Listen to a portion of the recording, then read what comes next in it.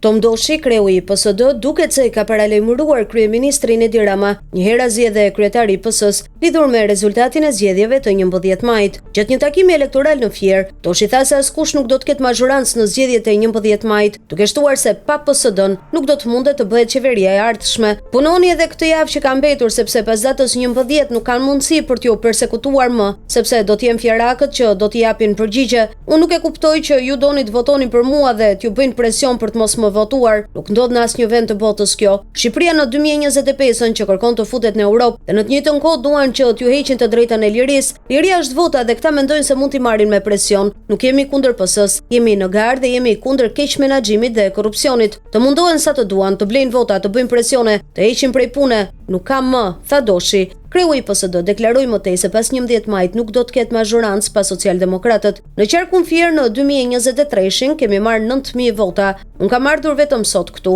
nuk kam sjell autobus me vete. Ne do të jemi një forcë që pas 12 majit, pa ne nuk ka mazhorancë. Mua nuk më ikën elektorati sepse jam besnik. Nuk thot kush mos votoni PD-n, por mos votoni PSD-n, sepse faktikisht ne marrim vota majtas djathtas, ata që janë elektorati gri. Të gjithë po vinë tek unë sepse kanë besim, theksoi Doshi.